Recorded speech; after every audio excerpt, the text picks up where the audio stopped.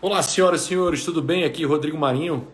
Daqui a pouco vou falar com a minha amiga Renata Barreto, bater um papo sobre ela, sobre decretos estaduais e municipais e o caminho da servidão.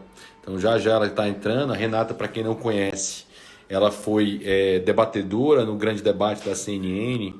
É uma pessoa espetacular que vem fazendo um trabalho de divulgação das ideias liberais há muito tempo. Tá entrando, ela vem fazendo um trabalho de divulgar essas ideias, de trazer essa perspectiva e tem arrebentado no Brasil inteiro sobre isso, em especial nos debates. E aí, E aí, tudo bom? tudo bem e você? Muito bom. Estava falando do seu currículo aqui, para quem não lhe conhece, né? Eu Do vi que meu você lado falou da aqui. CNN por enquanto. Eu falei da CNN, que você está aí focada fez um trabalho sensacional de lá. Eu adorava ver você debatendo, né? Eu tentei, às vezes, tentar ajudar de alguma forma quando era a área mais do direito, mas uma pena que você saiu de lá, né? Muito trabalho, muita coisa para conseguir aguentar, comentar todo dia política, é um saco. Não, é até divertido fazer o debate, é uma experiência legal, tudo, mas não tem como eu conciliar, ficar lá fixa. Acho que tá muito alto o volume aí, acho que tá dando Deixa eu baixar, microfone. desculpa. Abaixa um pouquinho aí. Pronto, melhorou? Melhorou? Para Ô, mim, pessoal, sim. vocês estão ouvindo bem, eu e o Rodrigo? Ó, lá vai a cookie, desce a cookie. Então, e não dá para conciliar com o meu trabalho mesmo, né? Que é trabalhar com investimentos. Mas a experiência é bem legal e ficar fixa lá exige um tempo que eu não tenho, até pela flexibilidade que eu preciso de viajar, essas coisas. Mas foi muito legal fazer. Eu sei, a Renata também trabalha com o mercado financeiro e arrebenta no mercado financeiro. Essa é a sua área, né, Renata? Para quem Isso. quiser conhecer. E é exatamente a sua profissão hoje principal é essa, não é? Eu tenho 17 anos de carreira no mercado financeiro, né? Comecei bem cedo. E eu tenho duas empresas, uma empresa no Brasil e outra nos Estados Unidos, para fazer investimentos aqui e investimentos fora. Espetacular. Renata, seja bem-vinda. A gente vai falar um pouco dos decretos estaduais e municipais, aí, em especial de São Paulo e o do Ceará, que são dois decretos muito ruins.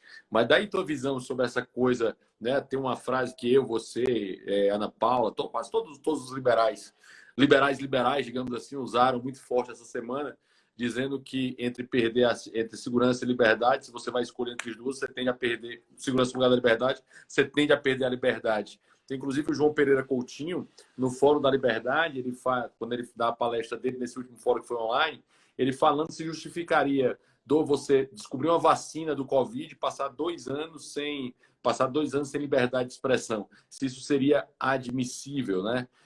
Qual é a tua visão aí sobre esse decreto, sobre tudo que está acontecendo, as consequências econômicas aí, que é o que você fala super bem, e o pessoal tentando trazer a dicotomia agora de CNPJ e CPF, não sabendo que fome mata muito mais, né?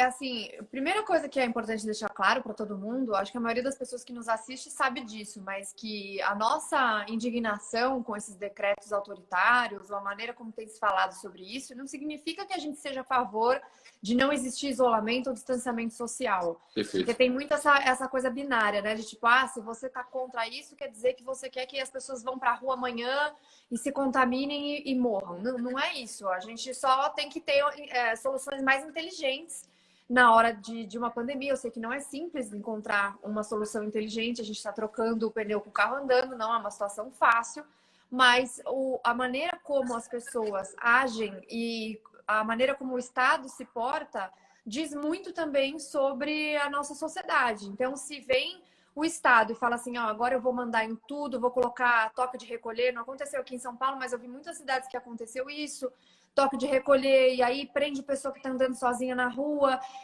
todas essas coisas, e a gente fala assim, não, tudo bem isso acontecer agora, porque agora a gente está visando segurança na saúde. E não percebe que isso é uma investida do Estado absolutamente autoritária, e não só isso, que tolhe liberdades individuais. Renata, mas a liberdade é só por um momento, isso não vai continuar acontecendo. A gente não sabe. E mais importante ainda é a gente não ser escravo ou um possível escravo de um regime como esse. Aí as pessoas ficam assim, mas não é uma ditadura mesmo, é só um momento pontual e tudo mais. Mas é importante a gente notar essas investidas contra a liberdade individual, né, Rodrigo? E também a Boa. Constituição.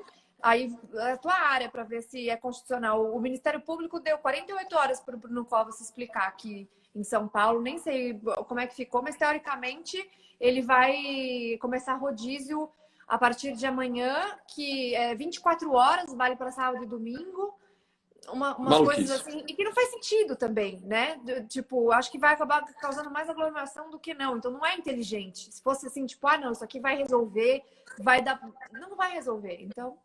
No Ceará foi pior do que São Paulo, tá? Eu estou em Brasília agora, estou na minha fase final aqui como diretor legislativo do Novo, né? Acabo minha missão aqui esse mês, mas no Ceará, que é obviamente meu estado e que eu acompanho muito de perto, o que foi feito lá foi absurdo. Fizeram lockdown mesmo, você não pode sair de casa, você tem que explicar, né? Você vai sair de casa, se você sair de casa sem justificativa, você pode ser preso. No limite, você pode ser preso. Então, é de uma arbitrariedade absurda. É um decreto tão absurdo, Renata, porque assim, não sei se o pessoal sabe, mas nós temos Polícia Civil, Polícia Militar e Guarda Municipal. Né? Polícia Civil é a polícia investigativa, a Polícia Militar, que é a polícia judiciária, ela está lá para descobrir os crimes, né? Digamos assim, descobrir quem foi criminoso, para prender ele, tem inquérito policial. Quem conduz isso é a Polícia Civil nas esferas estaduais e municipais. Na Polícia Federal, ela faz essa função lá também em crimes relacionados a crimes federais. Já a Polícia Militar é a polícia ostensiva, é aquela polícia que você vê. Né? A Polícia Civil é a polícia que você não vê, a Polícia Militar que você vê. E essa polícia aqui lá no Ceará foi pior, porque no período que a gente teve 800 casos de Covid, 800 mortes de Covid, lá no Ceará nós tivemos 1.480 assassinatos do dia 1º de janeiro até o dia 28 de abril. Dia 2 de maio, não ainda estou com dado até agora de maio, mas até o 28 de abril era esse dado. Mas eu tenho um dado que em 2 de maio tivemos 20 homicídios no estado. Se você pensar em qualquer país civilizado, tem 1.480 homicídios, é um número completamente absurdo. Né? No estado do Ceará, que vem com isso há muito tempo, vem com um problema seríssimo. E o decreto estadual do governador Camilo Santana, que é do PT, na verdade é mais do grupo dos... Opa, vou já fazer isso também. Né? Que é mais do grupo dos Ferreira Gomes do que até mesmo do PT, né? Muito ligado ao Ciro Gomes, ao Cid Gomes, o grupo da família Ferreira Gomes, e esse cara, ele mudou a competência da Polícia Civil por decreto, dizendo que a Polícia Civil, que era para estar investigando esses crimes, que era para estar prendendo esses bandidos, essa Polícia Civil está ali trabalhando para o Covid. Caramba, eu tenho um dobro de assassinatos, eu tenho um inimigo visível, eu tenho um problema claro em relação a isso, e um decreto acontece a situação, né? Porque a lógica constitucional é a Constituição, leis, né, complementares e ordinárias, e depois as normas infralegais, ou seja, o decreto está embaixo da Constituição e a forma que tem sido feito esses decretos, na minha visão, é completamente inconstitucional. Por pior que seja a nossa Constituição, e ela é muito ruim, a parte que trata dos direitos e garantias individuais é a cláusula pétrea, é onde está lá posto, lá no artigo 5º da Constituição, respeitando o direito de vir. Ou seja, o mero fato de eu e a minha esposa estarmos sozinhos na praia, não causando risco a ninguém, pode gerar prisão, né? Houve determinação lá, a polícia mandando os caras saírem. Então, você tem um problema muito sério com isso. E aquela história, a liberdade se perde aos poucos, né? Ninguém vai lá dizer, vamos prender todo mundo. Eles tentam... Exato, não é de repente.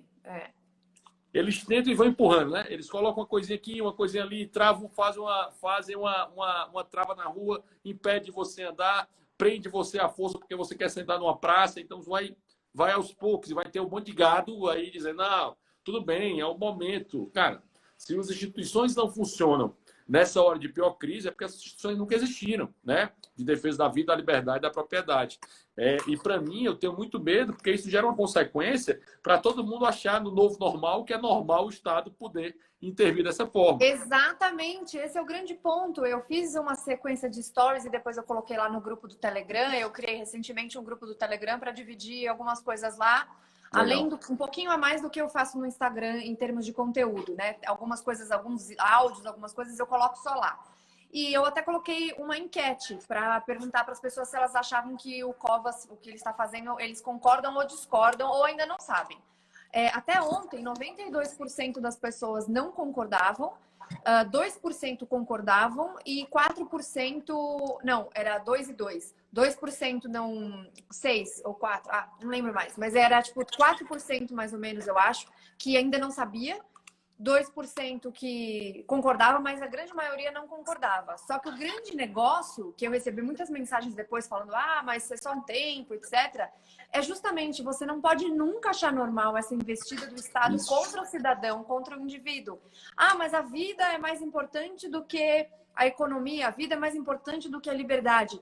elas são complementares e não tem como ser dissociadas umas das outras. Então, você não tem como proteger a vida se você vai prender uma pessoa que está andando sozinha na praia, ao mesmo tempo que você não é a mesma pessoa que faz isso, mas o judiciário vai e solta os presos dizendo que eles são do grupo de risco, e aí o cara do PCC vai e tira a tornozeleira.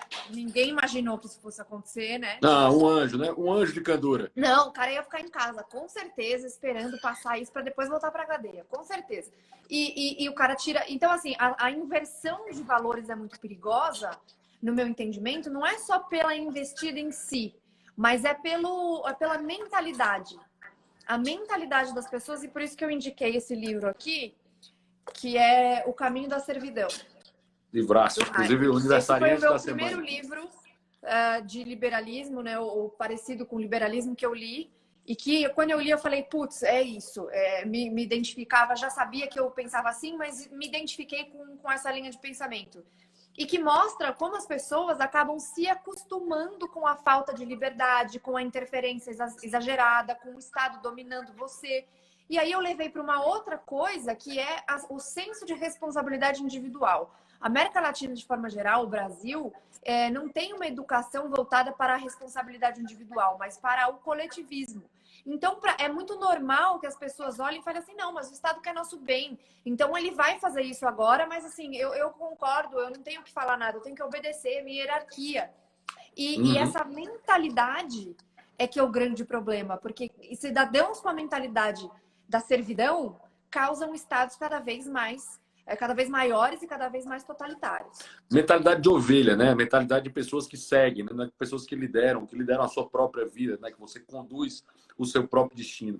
É interessante, o Anderson aqui falou que a Polícia Militar de São Paulo negou que prenderia as pessoas em descumprimento de quarentena. Parabéns à Polícia Militar de São Paulo por fazer isso. É o mínimo, né? Que se esperava para todo o Brasil. Mas e outros comentários aqui sobre o Supremo. Eu vou dar um curso em breve, Renato, sobre constituições, falando sobre cada Constituição e explicando por que o Brasil não dá certo, né? Desde a Constituição de 1824 até a Constituição de 1988. Vai ser desse tamanho o livro, assim, mais ou menos? O curso vai ser longo. Assim? O curso vai ter umas 8 horas, são quase 10 horas de curso, porque é difícil explicar, né? Mas é fácil depois você entender como é que o Brasil não tem como dar certo, porque, assim, em 200 anos nós tivemos 8 constituições com a emenda constitucional 69, né? E se os Estados Unidos, que está lá há 200 anos, né? Mais de 200 anos, sempre a mesma Constituição. E a gente poderia ter ficado com a mesma Constituição de 1924, com algumas adaptações, podia estar até no regime atual funcionando e dava. A Constituição foi tão bem feita que dava para ter feito o ajuste nesse sentido. Mas a inflação legislativa, a necessidade de poder, a necessidade de se colocar é absurda. Tanto que nós criamos um Supremo Tribunal Federal, que é uma coisa praticamente do Brasil, que tem isso, né? Que é de ter controle difuso, que são o recurso, né? Eu estou litigando contigo, vou lá no primeira instância, segunda instância, no STJ, no STF. Isso é o controle difuso. Ou então o controle concentrado, que é a ajuização lá no Supremo, que é a Corte Constitucional, né? Seria a Corte Suprema do Brasil. Então eu tenho essas duas coisas, é um poder gigante que tem o Supremo, porque, enfim, tudo acaba indo de alguma medida para lá. Eu estava até conversando hoje mais cedo com o Bruno, nessa conversa de fim de semana com o Bruno, que são bem longas, com o Bruno Gachag. Bruno, beijão para você, né? E Mariana, eu estava falando com ele, ele disse, cara, você tem que fazer um curso para explicar como é que é o Supremo, né? Como é que o Supremo é formado, como é que são os 11 caras, como é que é essa coisa de decisão monocrática, como é que isso foi criado. Mas e o curso para saber o que esses caras pensam? Vai ter isso também? Porque, cara, gente... Tem que ter, porque assim, tem que fazer uma análise disso. Porque, Renata, essa tua perspectiva foi massa. Por exemplo, o que é que esses malucos pensam, né? O que é que essa galera pensa? Porque lá quando você faz a sabatina, o sistema americano e brasileiro de escolha de ministro é parecido. Lá são 9, aqui são 11, né? Quando você faz a sabatina lá, você sabe se o cara é progressista, se o cara é conservador, se o cara é libertário. Você tem uma noção. Mas tem uma mentira no direito que dizem que não há ideologia. Claro. No direito tem anjo, né? Em geral, o cara... É muito comum chegar um professor e dizer assim, aqui não discute ideologia. Esse cara, na prática, costuma ser o maior ideólogo que tem na brincadeira. Claro. Nunca vi nenhum cara de direita falar que não tem ideologia. Nunca vi. Isso. Não, porque eu, quando dou aula, eu abro. Eu disse, eu sou um liberal, toda a minha aula vai ser dada em perspectiva liberal e toda a minha presença é essa. Então, a minha aula tem esse viés. Como todas as aulas têm. Ainda que você não saiba, Tem um livrinho da Ayn Rand que diz, é muito legal esse livro, né? Que é Who Needs Philosophy, né? Quem precisa de filosofia, que ela vai estar dizendo que, ó, todo mundo tem alguma filosofia, ainda que ele não descobriu essa filosofia ainda, que ele não saiba. Seu caso, quando leu o livro do Hayek, né? Agora eu me achei. Eu, quando li a Revolta de Atlas, Ayn Rand, agora eu me achei. Você encontra a ideologia. Mas aqui no Brasil, você tem a galera que é escolhida, os 11 ministros escolhidos, que não tem nem ideia do que é que eles pensam. Ninguém tem nem ideia do que é que eles colocam. Isso não é questionado, isso não é perguntado, isso não é trazido à tona. Então, hoje, nós, na prática, tem o livro do Migalhas, que é um site jurídico, que chama, o nome do livro se chama Os 11 Ministros.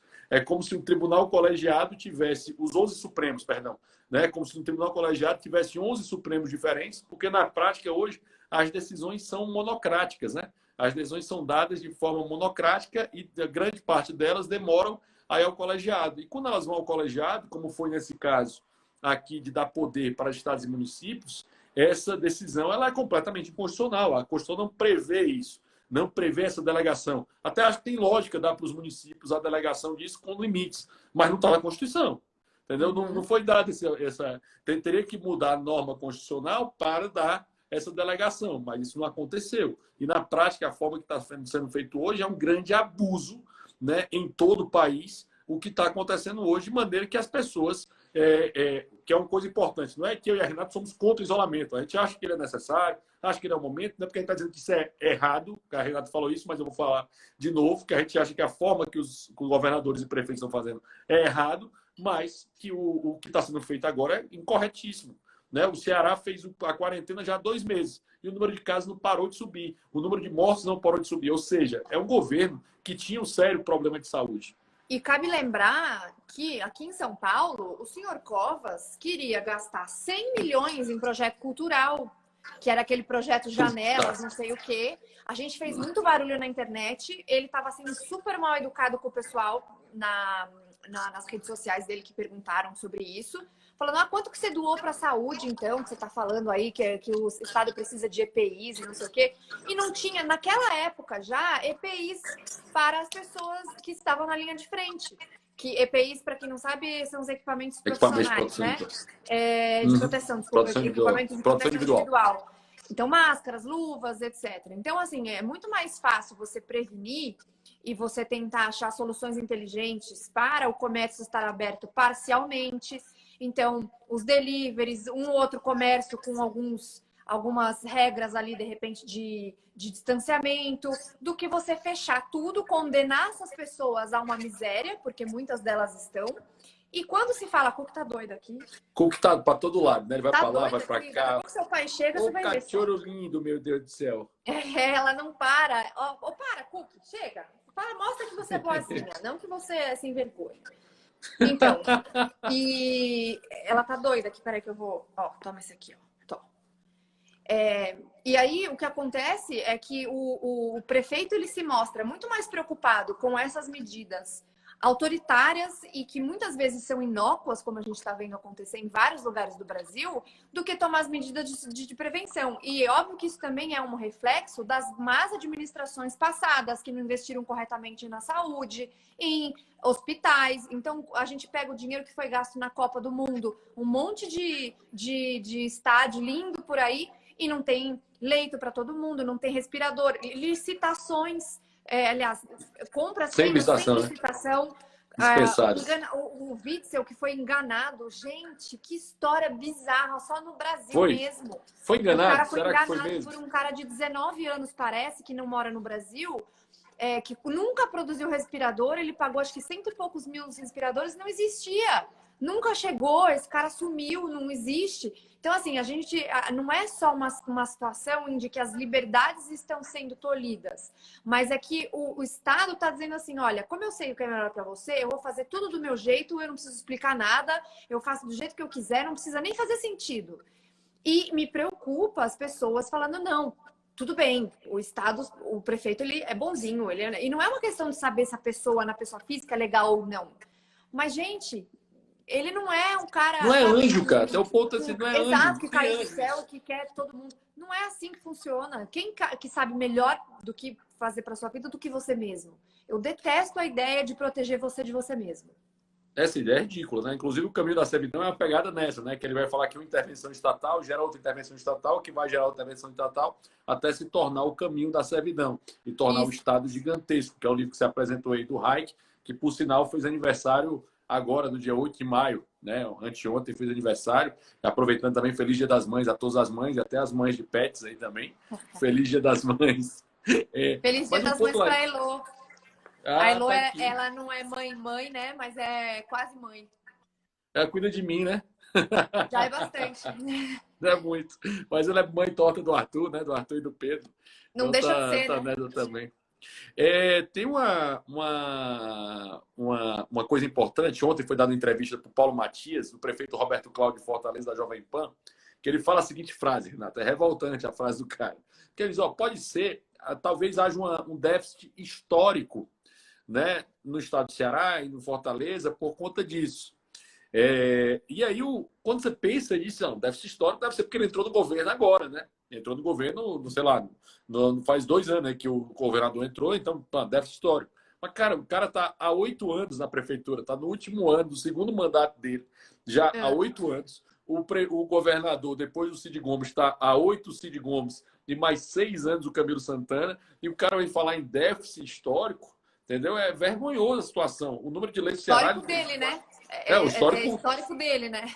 Eu sei, é a sua má gestão, porque uma coisa que o pessoal às vezes esquece, é bom lembrar, que quando você faz a quarentena, o objetivo não é evitar a propagação do vírus, não é esse. O objetivo é não colapsar o sistema de saúde para que as pessoas vão ao mesmo tempo para aquele hospital. Porque o vírus aí, da forma estranha que o Bolsonaro fala, mas o vírus o Brasil vai pegar, não tem jeito, né? O Brasil e o mundo vai ser contaminado por esse vírus. Grande parte da população já talvez tenha sido contaminada e nem tenha tido sintomas, né? Talvez eu e você já tenhamos sido contaminados e não tenham tido sintomas desse vírus, entendeu? Então, assim, a situação que a gente vive hoje é entender que o objetivo era melhorar a curva. Minas Gerais, por exemplo, né? Hoje tem um hospital, você falou dos estádios, né? Eu moro em Brasília, tem um estádio aqui que não serve para nada, que é o Mané Garrincha, né? Que foi feito para nada. Tem um estádio que foi feito em Cuiabá também, que não serve para nada. O estádio feito em Amazonas não serve para nada. Né? Amazonas, que é um dos principais polos que você tem. E em Fortaleza, o hospital que poderia ter sido feito num lugar já com estrutura, como um centro de eventos, com ar-condicionado, com piso, foi feito no estádio municipal. Né? Tiveram que concretar, Renata, concretaram o gramado para fazer um hospital. Imagine a loucura disso, né? Você pegar um gramado, cavar, concretar, fazer a base, a fundação e dentro fazer um hospital, quando tem um centro de eventos lá que não vai ser usado por muito tempo, que poderia ter simplesmente colocado, o que Minas fez. Né? Minas hoje tem um hospital de campanha com 800 leitos esperando. É o terceiro estado com menos casos no Brasil. Certo? E hoje, praticamente, o interior do estado já voltou tudo. Só o Calil, que é a oposição ao Zema, que ainda não abriu Belo Horizonte, mas o interior do estado já voltou e voltou com organização, voltou com a ideia de ondas, né? Que é o que eu falo sempre. A minha grande crítica é: não tem plano para fechar, não tem plano para abrir. Todo mundo a fechou e abriu a situação sem qualquer planejamento, jogando as pessoas ao léu. Dane-se, né? Não importa Isso, que vamos salvar não tem vidas. planejamento nenhum, nada, não tem nada. E o que mais me impressiona é essa má vontade de grande parte da mídia e também da esquerda de dissociar CNPJs e CPFs. Em que pese que o presidente tem uma comunicação muito ruim, geralmente, isso também horrível, prejudica, né? sem dúvida. Porque ele, como chefe de Estado, como líder, ele deveria assumir essa posição para si, mas o Bolsonaro não é um cara de uma boa oratória. Por sorte, ele tem uma boa equipe, né? Em grande parte. Mas o que acontece na maioria dos casos, e ele tem razão nisso, apesar de falar muito mal sobre isso, é que a economia pode ser, de fato, muito mais perniciosa do que o vírus, do que a pandemia.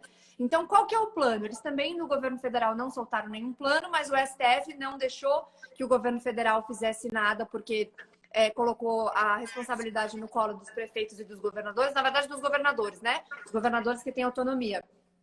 Os governos dos estados. E aí você não tem nenhum plano, você tem pessoas já morrendo de fome e muita gente falando assim, não, mas os CNPJs não são tão importantes quanto os CPFs. Eu estava levantando alguns números, a grande maioria dos empresários no Brasil são pequenos empresários que ganham até 3 salários mínimos. Então, Exato. essas pessoas, elas mais empregam... da metade negros e pardos. Exato, e elas empregam algumas pessoas ali, garantem o seu próprio sustento. Aí imagina, fechou o pequeno comércio dela, o bar, o cabeleireiro, o, sei lá, a mecânica, ele não emprega mais ninguém, então teve que mandar a gente embora, ou teve que reduzir jornada, ou tudo isso. E ele também não tem sustento para si próprio. E aí ele está desesperado. Aí você vê o Covas soldando a porta de loja. Poxa, será? Qual que é o paralelo que eu faço? Quando eu estava na CNN, eu fiquei lá 17 dias. CNN é considerado um serviço essencial porque é imprensa. Então, a maior parte das pessoas está indo trabalhar lá. Eles estão cumprindo o isolamento, o distanciamento, na verdade. Então, todo mundo de máscara, isso, álcool gel, as pessoas separadas, não fica todo mundo junto e tal. Embora, às vezes, fiquem pessoas um pouco mais perto das outras, porque acontece ali. Mas todo um sistema ali de segurança.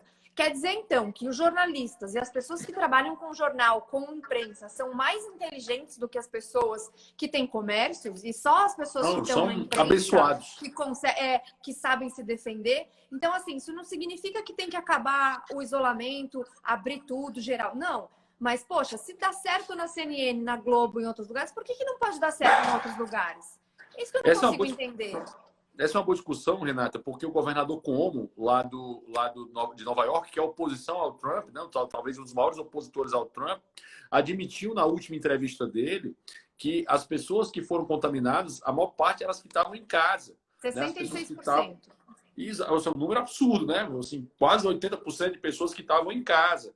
Então, pense o seguinte, as pessoas que estão na linha de frente, no trabalho, essas pessoas estão numa situação muito melhor, porque elas estão se cuidando, elas não estão, em tese, estão usando máscara, estão sempre protegidos. Né? A Pague Menos, que é uma farmácia muito grande, mas que a matriz dela é em Fortaleza, a Pague Menos funcionou em todo esse período, tem uma força de trabalho gigantesca. Sabe quantos tiveram Covid em toda a Pague Menos, que tem mais de 10 mil funcionários? 40. Somente 40. Em toda a Pague Menos teve isso. Você tem uma situação de risco para as pessoas que estão na sua casa muito grande, em especial na periferia, que é onde, por exemplo, lá em Fortaleza, que foi travado, está lockdown mesmo, né? Não é isolamento social, é lockdown, não pode sair na rua. Então, assim, lá em Fortaleza, 30%, somente 30%, 30% das casas não tem esgoto. Então, fora o problema de você ter a transmissibilidade do vírus, que é altíssima, de você não ter saneamento básico, né, em especial esgoto, de você ter outras doenças respiratórias nesse período, que é um período chuvoso, em Fortaleza, você traz uma população para um risco tremendo, você condena a população à morte, que é o que esse pessoal está fazendo. Ainda como foi dito aqui, a criminalidade, que era, na minha visão, para diminuir, né, porque é muito mais controlável nesse momento, tem muito menos gente na rua, para conseguir controlar o momento, então você tem uma criminalidade disparando. Então você tem isso tudo acontecendo. Ou seja, colocando as pessoas amontoadas no mesmo ambiente, as pessoas que não têm renda mais, então assim, nem os mais ricos estão conseguindo já se manter. Né? Vamos dizer, a nossa classe média, ela já não tem mais caixa para se manter, esse pessoal já está faltando fôlego para conseguir se manter. Você imagina a situação da periferia, morando no mesmo ambiente, não conseguindo ter comida, ter dinheiro para ter alimento. Então, você tem uma situação muito difícil para esse pessoal se colocando agora. Não, exatamente. É por isso que eu sempre falo dessa questão da hipocrisia, porque a gente vê os setores da imprensa, principalmente, criticando muito essas falas que falam sobre a importância da flexibilização, pelo menos, do isolamento, né?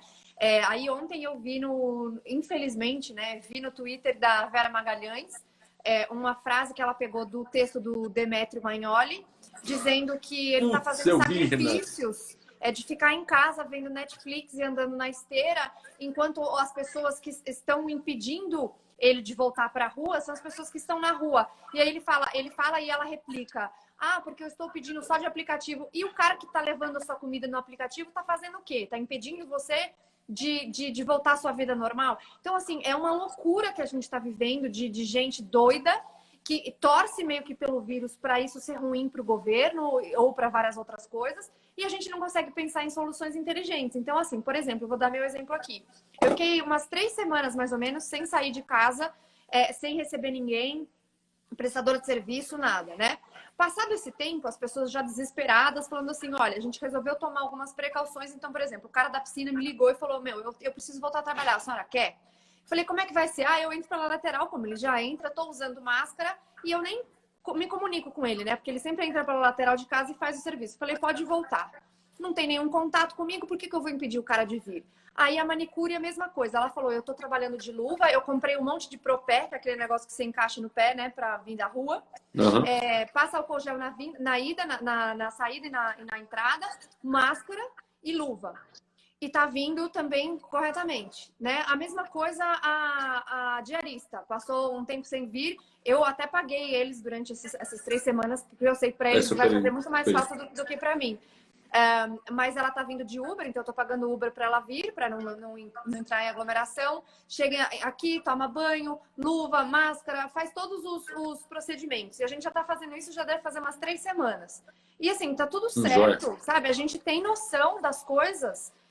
E não é assim, porque a pessoa é de classe mais baixa que não tem. Isso é mentira, é um preconceito absurdo. Então, se a gente consegue fazer isso na CNN, a gente consegue fazer isso em alguns outros comércios, por exemplo, o Pão de Açúcar, que eu fui outro dia. A gente vai uma vez por semana, assim, no mercado. Todo mundo de máscara, só entra um por vez, as pessoas distantes nas filas. Tudo beleza. Então, assim, não é que tá normal, que tá tudo certo. Mas será que não tem alguma alternativa para isso que a gente está vivendo hoje? Porque as pessoas estão já sem grana, já não conseguem pagar suas contas e não tem dinheiro, muita gente, dinheiro para comer. E aí você falou de um negócio que eu acho ótimo, o saneamento. Todo mundo super preocupado porque tem que higienizar. E gente que não tem saneamento, que é 50% da população brasileira, faz o quê? Não, é cocô na rua, né? Não tem jeito, é cocô exposto na rua. E você ainda vai falar nesse ponto, enquanto a briga da esquerda, né? Porque tentamos fazer uma lei de marco de saneamento, melhorar isso aí para conseguir abrir concorrência e conseguir permitir que haja uma melhor adesão, digamos assim, para que haja nas cidades, principalmente que não tem a cobertura, haja uma maior cobertura do saneamento básico, mas assim, a briga é sempre para tornar aquele estatal, né? Tornar o Estado grande, tornar aquilo que seria maior para o Estado, né? Exatamente para ter os cabides aí e toda a forma que é colocada hoje. Nesse aqui, Renata, tem um ponto importante que você disse, a CNN consegue, a fábrica consegue, as indústrias têm conseguido, né? As padarias têm conseguido, você tem os supermercados têm conseguido. As pessoas hoje, né, entenderam a necessidade de usar a máscara, de estar naquele momento, de se posicionar longe, de estar distante. Eu acho usar álcool gel, lavar mais as mãos, não pegar no rosto. Não, eu acho que todo mundo hoje, quando entra no banheiro, tem um cuidado 10 vezes maior, pelo menos eu tenho um cuidado muito maior do que eu lavava as mãos antes, depois do Covid. Eu acho que é uma característica de todo mundo, né? É uma mania que eu tenho de pegar no rosto, é uma coisa que você tem que diminuir também. Tudo isso aí é uma sequência de mudança de hábitos que a gente está tendo.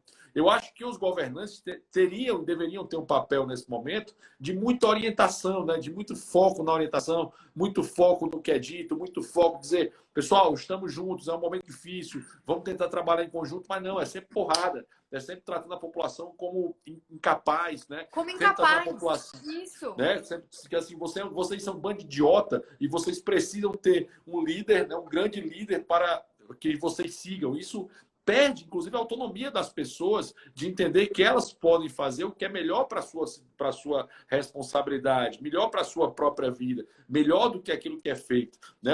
Eu acho que o Bolsonaro deveria fazer isso muito melhor, os governantes deveriam fazer isso melhor, trazer a população para perto e dizer, estamos todos num momento muito sério, muito grave, talvez a maior crise da história do Brasil. E né, nós participamos de guerra somente no século XIX, né, diretamente, pontual na Segunda Guerra Mundial. Talvez da nossa geração, sem dúvida, é o maior desafio. E como nós vamos passar por esse desafio de maneira a ter menos mortes, né, e ter uma condição do sistema conseguir melhorar. Então, acho que isso tudo era o que caberia à comunicação correta ser feita. Era trazer as pessoas para a responsabilidade. Era estimular as pessoas a estarem juntas e unidas nesse propósito. Eu acho que essa deveria ser a visão e o posicionamento de quem está nesse momento tão delicado de governar um estado, uma cidade, um país. Eu acho que como você fala muito bem, a comunicação é essencial para esse momento, para que as pessoas entendam a responsabilidade. Porque é um momento assim, quando a gente fala aqui, a gente está dizendo assim, não é sério,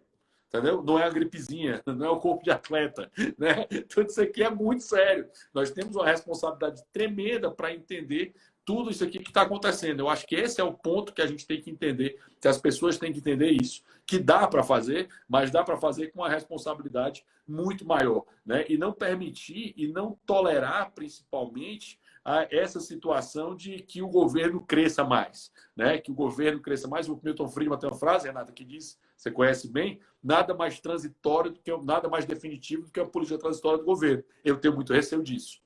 Não, exatamente. E é o que eu falei, a questão da mentalidade das pessoas, inclusive de patrulhar as outras, né? Então, assim, eu tive um relato de uma pessoa que estava saindo do carro. Ô, Rô, chama a Cook aí. Que tava Chegou, saindo, Rodrigão, ela chegou tá meu aqui. xará. Ele estava saindo do carro e estava com a máscara dentro do carro. Quando ele saiu do carro, que ele foi pôr a máscara. Eu também não uso máscara dentro do carro, eu uso para sair, né? Na hora de sair. Aí um cara passou na frente assim, de carro e xingou ele. Porque você tá não sei o quê, colocando as outras pessoas em risco. Tem um site ou uma página, não sei, que é Você Exposto, que chama. Que coloca foto de pessoas que estão quebrando a quarentena. Então, assim, se cria uma mentalidade de um patrulhar a vida do outro como se aquilo fosse algo aceitável, porque tem uma segurança de saúde aí necessária. Então, assim, é um negócio fora de série. A gente está tentando trilhar um caminho um pouco mais livre, economicamente falando, mas ele nunca vai vir se a gente não entender a necessidade da liberdade em todos os sentidos. E não é que a liberdade quer dizer liberdade restrita. Você tem a liberdade de acordo com a Constituição. Então, você não pode matar uma pessoa que você tem uma consequência. Você não pode bater numa pessoa na rua porque você tem uma consequência. Você não pode abandonar um animal na rua porque tem uma consequência. Agora, você não pode ir daqui a ali sozinho na praia porque o cara vai te prender porque você está causando um perigo para outra pessoa e eles Perigo ainda abstrato, né? Exatamente. Então, assim, o grande perigo de tudo isso é essa mentalidade ficar cada vez pior. Porque, como eu falei antes, o Brasil já tem uma mentalidade coletivista. Quando você tem épocas de pandemia, não só pandemia de saúde, mas qualquer caso excepcional, se criam essas exceções ou essas desculpas para que as liberdades sejam tolhidas e as pessoas possam começar a patrulhar a vida uma das outras. E a gente já tem patrulheiro pra caramba, né? Não para, né? Aquela história de cuidar da sua vida, né? Da vida ali. Alguém até me perguntou isso, disse que eu falei sobre quando eu coloquei a postagem do Benjamin Franklin, né? A frase do Benjamin Franklin e outras frases muito boas do Hayek, do Mises, de liberdade individual e de proteção a essa liberdade individual. Alguém disse, mas se contaminar outra alguém, né? Propositadamente, você está cometendo um crime, porque você está invadindo a liberdade individual do outro, né? A liberdade vai até o limite alheio. Né? Vai até onde você invade o espaço de propriedade alheio. Se eu sou doente, intencionalmente eu vou para a rua e eu vou ficar do lado da Renata, tussa em cima dela, eu vou ter uma responsabilidade nisso. Vai ser minha responsabilidade. Eu estou cometendo um crime aqui nesse momento porque eu estou colocando em risco a vida de outra pessoa. Mas o simples fato de eu estar sozinho, parado em algum lugar, né? Ou saindo do meu carro, né? Que só estou eu lá dentro, ou então tá eu e a minha esposa que convivemos no mesmo espaço, né? Dentro de casa a gente não usa máscara, né? Porque não tem nenhuma lógica. Então você vai ter na realidade dentro de casa, você e sua esposa, né? No caso você e o Rodrigo, eu e a Heloísa, estamos dentro do carro colocado lá. Qual é a consequência para outras pessoas o fato de eu colocar máscara saindo do carro?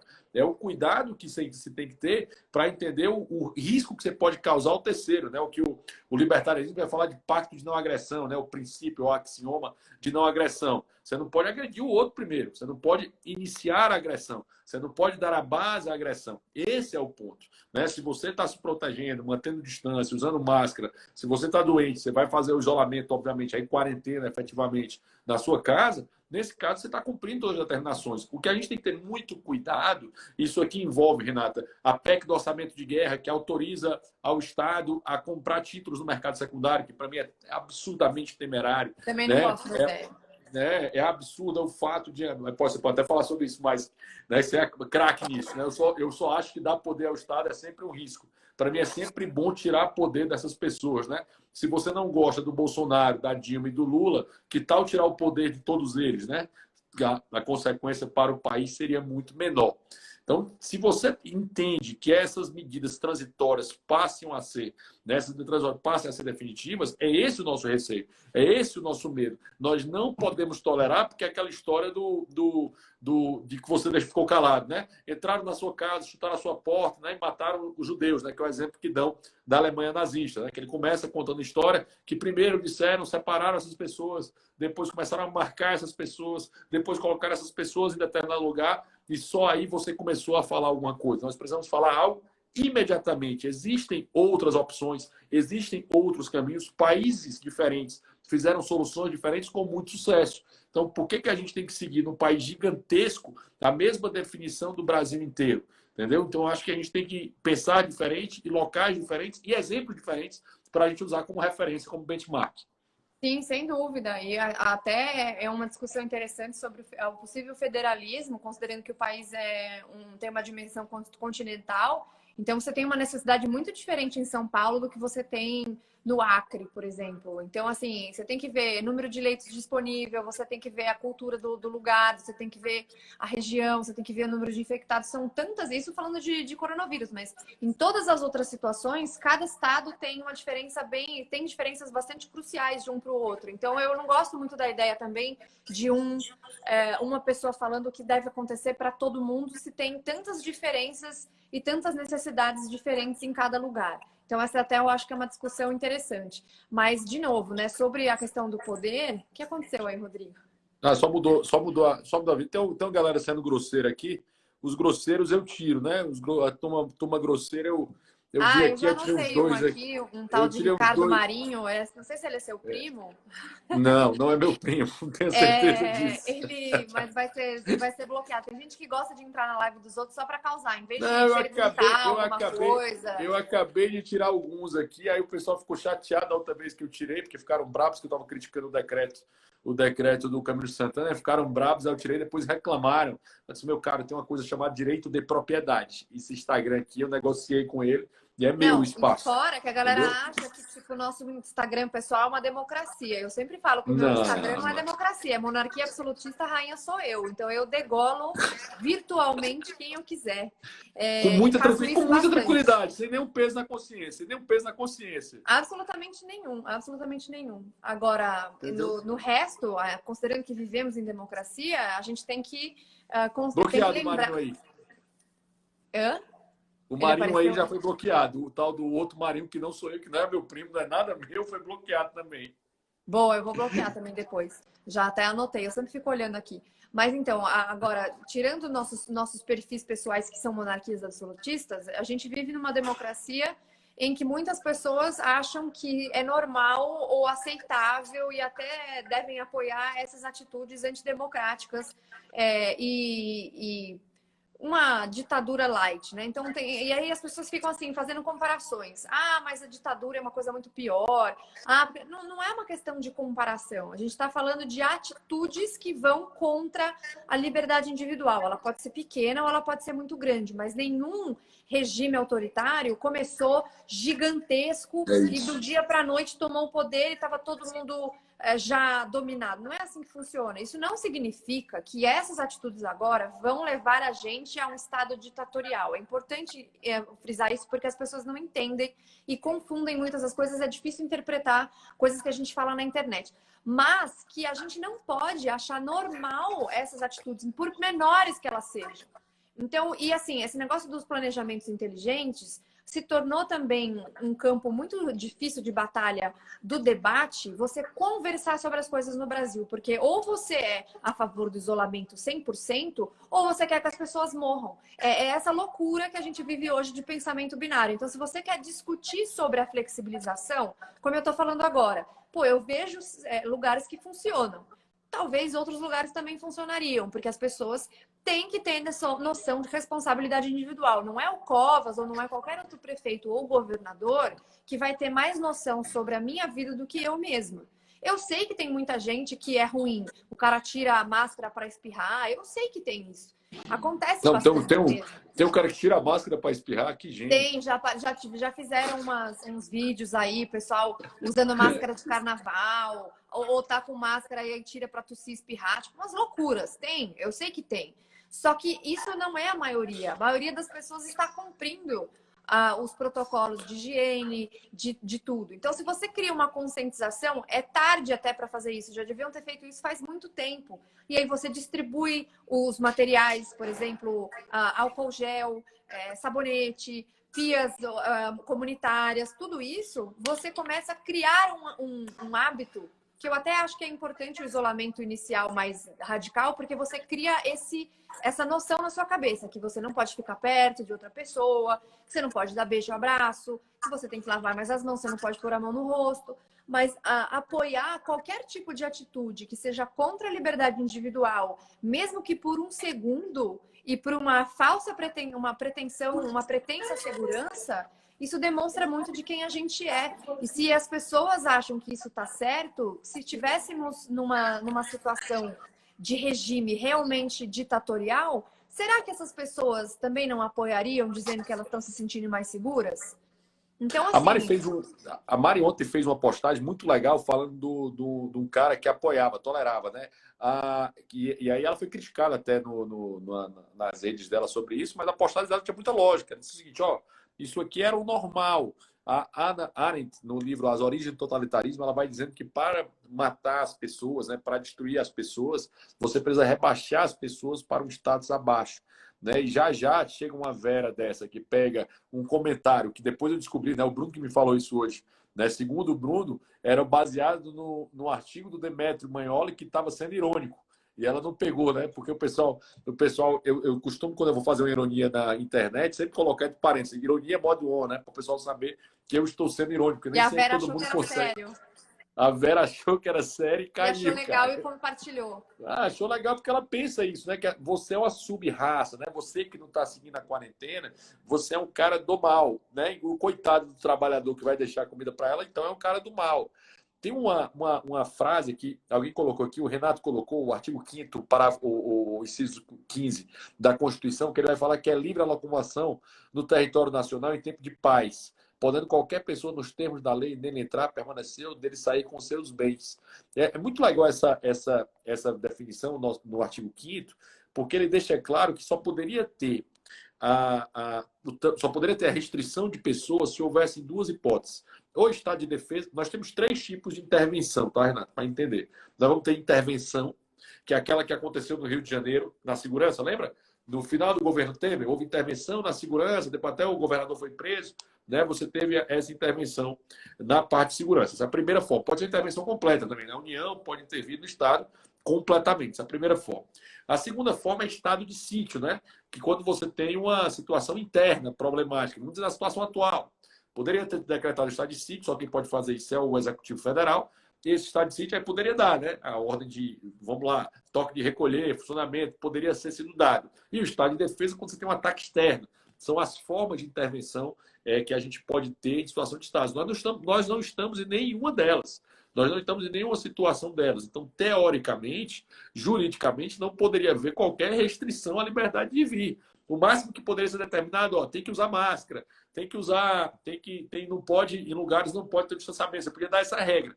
Mas você nunca poderia fazer o que está sendo feito em Fortaleza, na cidade de Fortaleza, ou no Maranhão, em São Luís. Lá foi pior, né? Em São Luís foi decretado o lockdown pelo judiciário, que é outra piada, né? O judiciário fazendo uma política pública que ele não tem qualquer relação com esse. O Rui Barbosa dizia, Renato, que a pior ditadura que existe é a ditadura do judiciário. É a juristocracia. É a juristocracia. Exatamente. Que você não se perde nos jargões, né? Eu que sou do direito sei disso, né? O pessoal vai usando jargões para tentar fundamentar coisas absurdas e você acaba tendo uma situação muito séria, a tal ponto que lá no Ceará, além do que eu estou colocando agora, foi criada também uma lei contra fake news, certo? Ou seja, o Estado vai dizer, né, a agência de fiscalização lá vai dizer quem está falando fake news, vai julgar que aquilo é fake news e a multa que você vai ser obrigado a pagar, ela vai ser devolvida para o próprio cara que está te condenando. É como se o juiz, né? É como se o Estado, ele é o acusador, ele é o juiz e ele ainda é o cumpridor da pena, né? Ele é recebedor da pena. Então é um absurdo que está colocando, porque isso aí, quando eu critiquei isso, alguém diz, mas você é a favor de fake news? Aí eu respondia, né? Na mesma hora eu respondia, você é a favor de tribunal de exceção? que é exatamente o que você está defendendo. Mas Essas o coisas eu grande vou pra cima, problema, entendeu? quando a gente fala disso, é que eu tenho uma dificuldade bem grande de explicar isso para as pessoas, quando se fala de liberdade de expressão, é que liberdade de expressão ela é irrestrita, inclusive, para você mentir ou para você falar besteira. Então, quando Exato. você fala uma mentira, você não pode ser preso por isso. E outra, exceto se você, sei lá, no caso dos Estados Unidos, que você tiver ali no júri, né? Tem lá o sob como falar isso? Sob under oath, né? Que você põe a mão ali, você jura falar a verdade, você comete perjuízo Uhum. se você não falar. Aqui no Isso. Brasil você não é obrigado a produzir prova contra si mesmo, né? Então você não precisa falar. Quando você ali é diferente, quando você é testemunha, né? Quando você é testemunha, Isso. você é obrigado a falar aqui também. Isso, mas assim, Falso testemunho. o que é engraçado dessa história toda é que quando a gente fala sobre fake news e sobre a importância da liberdade de expressão, não é só que as pessoas têm liberdade para mentir, mas também quem é que vai ser o tribunal dessas fake news. E que isso, obviamente, vai ser enviesado. Então, se a gente vê a própria mídia tradicional mentindo, omitindo e distorcendo informações, será que elas vão cair nesse negócio de fake news? Eu acho muito difícil. Acho que quem vai cair em fake news é cidadão comum. Então, você vai proibir as pessoas de falarem na internet ou na rede social ou qualquer coisa do tipo, porque você, aquele tribunal, decidiu que aquilo é fake news e talvez muitas delas não sejam. Como você vai ter... Tá tudo bem aí? Como você vai ter, como você vai ter também mídias que vão continuar distorcendo. Então, eu vou dar um exemplo aqui, que eu até falei semana passada. O primeiro exemplo é a relação das mortes do Covid. Todas as mídias tradicionais estão dizendo que o número de confirmados em 24 horas é de 600, 700 pessoas. Quando você fala confirmados, tem duas interpretações. Confirmados que são mortes que aconteceram de fato em 24 horas, ou Ontem. confirmados porque não haviam testes em todas essas pessoas e naquele dia todas elas foram testadas e confirmadas com Covid. Só que a maioria das pessoas entende o quê? Que morreram Morreram pessoas 600 em 24 horas. Será que isso seria considerado fake news? Teve o G1, por exemplo, que não explicou isso na matéria. Não, várias vezes explicam. O UOL explicou e o Globo explicou. Não, o Globo As não, pessoas é o leem UOL. manchete, né, Renata? Na manchete Isso. vai aparecer 100 pessoas morreram ontem de Covid. Pô, mas não morreram 100 pessoas ontem de Covid. O cara morreu por qualquer outra doença respiratória, né? Como morreu qualquer outra doença respiratória, foi feita uma análise se aquilo era Covid, e naquele dia de ontem que morreram 10 confirmados de Covid, aí morreram mais 50 pessoas confirmadas há 2 semanas atrás. E ainda você tem um outro problema, né? Que inclusive agora, nessa PEC do orçamento de guerra, o cálculo de pessoas infectadas, percentual, vai valer para receber dinheiro, viu? Ó os incentivos, né? Para a gente que gosta de economia, principalmente de escola austríaca, né? Os incentivos funcionando. Né? Um dos cálculos vai ser o percentual de infectados. Por exemplo, o Amapá, coincidentemente do presidente do Senado, Davi Alcolumbre, ele vai receber um dinheiro a mais, porque ele tem mais infectados. Isso, obviamente, vai impulsionar ou incentivar outros estados para que coloquem mais infectados, né, dentro daquilo lá. Porque, Olha assim, só, e eu tive relatos, você deve ter tido também, gente que morreu de vários. outra coisa e que colocaram Covid. Então, assim, de novo, isso não significa que a situação é boa, confortável. As pessoas falando assim pra mim, quer dizer que você não liga para 600 pessoas que morreram, não importa se foi num dia ou se foi em vários, são 600 vidas. Não é isso que eu estou falando. Eu estou dizendo que a notícia pânico, está né? errada e ela está distorcida. E por que é importante? Porque se você determina o número de mortes diária comum, como deve ser feito, inclusive retroativamente, você pega os que não foram testados, vê que dia que morreu e coloca na data. Essa é a conta correta. Você consegue identificar qual é a aceleração dessa pandemia, o quanto ela está progredindo. E um outro detalhe, uma outra notícia que essa foi emblemática para mim, foi quando o Michel Temer assumiu de fato e as grandes mídias, algumas grandes mídias, noticiaram que pedaladas fiscais agora eram legalizadas. E não tinha absolutamente nada no texto que falasse de pedalada fiscal. Era apenas créditos suplementares, que não é pedalada fiscal. O que vai ser votado agora, essa semana, por sinal. Então, vai ser votado assim, eu tenho os prints. Eu tenho os prints de grandes mídias colocando pedaladas fiscais se tornaram legalizadas. Aí eu fui e expliquei para as pessoas. E as pessoas falando assim, mas se tá no Globo é porque é verdade. Então, assim, a gente tem essa mania de acreditar em tudo dos grandes canais, das grandes mídias, etc. E aí a gente fala, não, vamos proteger as pessoas das fake news, as tias do Zap lá que estão compartilhando corrente. Vamos proteger as pessoas. Mas quem será que vai ser protegido nisso? Aí que É tá. claro que são eles próprios, né? Na verdade, é como havia lá no 1984 o Ministério da Verdade, né? Porque o Ministério da Verdade é aquele ministério que interessava somente ao governante de plantão. Ou seja, eu vou controlar as notícias para que eu seja beneficiado e nenhuma notícia me ataque. No Ceará, adivinha quem mais recebeu dinheiro nesse momento? Né? Os grandes jornais, todos os grandes jornais receberam a sua boladinha para não criticar o governo, obviamente. Então, assim, receberam com dispensa de licitação, em nome do projeto do Covid, todos eles receberam uma bolada para isso. Algumas pessoas estão questionando aqui a gente, Renata, que a gente está caminhando para o fim, sobre o que fazer. A principal coisa do que fazer, na minha visão, não tivemos plano para fechar, precisamos ter um plano para abrir. Né? Precisamos ter critérios objetivos. Qual é a nossa meta? Qual é a nossa métrica? Como é que a gente vai abrir, certo? Como é que vai ser essa abertura? Como é que vai ser a definição disso? Como é que vai ser o espaçamento? Por exemplo, em órgãos e atividades essenciais, que tem dado certo, CNN, deve ter pouquíssimos casos de Covid. Como é que a gente fez o funcionamento dessas empresas? Funcionou? Como é que isso se deu? Quais são os serviços que podem ser abertos? Em Minas Gerais vai ter um plano lá de ondas. Então ele vai ter a primeira onda. A onda, eu tenho um vídeo, inclusive, explicando o plano aqui no Instagram. Vai ter a onda que eles chamam de verde, os essenciais de saída. Depois ele vai para a onda vermelha, os serviços que têm impacto, tipo loja de rua, um impacto grande para as pessoas, né? Salão de beleza, barbearia, escritório de advocacia, que em alguns lugares do país elas foram essenciais e outros não. Eu acho que era para ser, mas enfim, certo? Você vai ter abertura disso até chegar no último, né? Quais vão ser os últimos a serem abertos? Shows, grandes aglomerações, né? Jogos de futebol com torcida. Essa vai ser os últimos a serem abertos. É isso que a gente está cobrando. Renata já cobrou isso várias vezes, eu já cobrei isso várias vezes. Cadê o diabo do plano? Cadê a sequência do plano? Para a gente entender a entrada e a saída. Né? O pessoal disse que fechou baseado na OMS. Cara, a OMS já mudou de ideia 1000 vezes. Como a OMS chegou a falar que máscara não era necessário, chegou a falar que o vírus não transmitia de pessoa para pessoa. Então, assim, também, ó... Chegou a dizer que a epidemia estava controlada na China. Acreditaram em tudo que a China falou, mesmo Taiwan fazendo todas as advertências, mas Taiwan não é levado em consideração porque a China não reconhece como um Estado independente.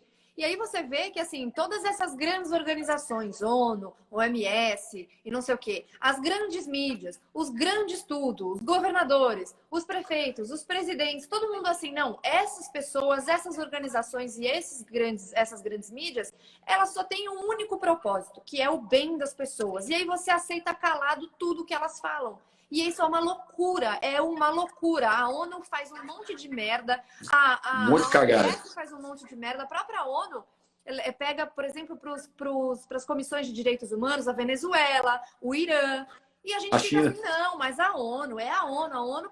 Não é assim. Então, se a gente não questiona nada e a gente leva tudo em consideração como se todo mundo quisesse só nosso bem e soubesse melhor do nosso bem do que nós mesmos, é o que eu volto a falar. Caminho da servidão. É isso, cara. E, por sinal, esse cara é fantástico, né? O Hayek é um autor que eu adoro demais. E alguns perguntam por que a OMS é tão apoiada pela China. Poder, pessoal. A China é muito rica, tem muitos recursos, tem muito poder, tem um exército gigantesco. Ela ameaça, efetivamente. Você viu que quem criticou a China no mundo, tem inclusive do Sputnik, né? Que são grandes amigos nossos, meio da Renata, que fizeram lá. Todos os países erraram, mas nenhum errou mais que a China. Tem esse documentário, vale a pena assistir. No YouTube, vale a pena. E aí você vai ter o Bild, né? O jornal Bild respondendo a embaixada chinesa que falou besteira. Você vai ter uma série de outros locais batendo e dizendo, é absurdo o que está acontecendo, exatamente porque eu acho que o mundo vai se voltar contra a China quando isso acabar. Eu acho que o mundo todo vai, acabou a pandemia, todo mundo direciona para a China e começa a porrada, e eu acho que ela vai ser grande. Eu acho que vai haver, já está havendo, não só 1 minuto e 40, tá, Renata? Não só uma diferenciação de como que vai acontecer os relacionamentos comerciais e outros com a China, como o questionamento a respeito dessas organizações como o ONU, como o OMS, também estão sendo feitas. E aí que eu te falo, né? A gente tem um presidente bem doido que fala um monte de besteira ali, mas ele vai um pouco contra esse establishment muitas vezes, questionando coisas que a gente nunca questionou. E quem faz isso com maestria de fato é o Trump, que era todo mundo falava que era um ogro, que era isso, que era aquilo, mas ele está questionando as coisas corretas. Aí você pode até falar assim, eu não gosto muito da maneira como ele se posiciona, tudo bem. Mas ele está questionando coisas que até hoje a gente não ousou questionar porque era tido como perfeito e questionável. Então a gente está passando por uma mudança muito importante. Pessoal, estamos chegando aqui ao fim. Para quem não segue a Renata obviamente é seguida por todo mundo. Eu sou um fã do trabalho dela, ela sabe disso, um privilégio ser amigo dela e do meu xará, Rodrigo. Né? Espero que quando essa pandemia acabe, a gente possa tomar um vinho, seja em Fortaleza, que você é sempre aqui, super bem-vinda. Nossos famosos almoços aqui com vinhos e camarão. É Renata J. Barreto, né, Renata? Renata.jbarreto no meu Instagram. Isso. Quem não me segue ainda, Rodrigo Osmar, para os que querem me sacanear, né? Mas Rodrigo Smar, que você me acha bem por aqui. Obrigada, obrigado, pelo convite. Foi um prazer. Também gosto muito de você, do teu trabalho. Tamo junto. Eu sou candidato a pré-vereador de Fortaleza. Até mais, pessoal. Obrigadão. Beijo, Renatinha. Beijos.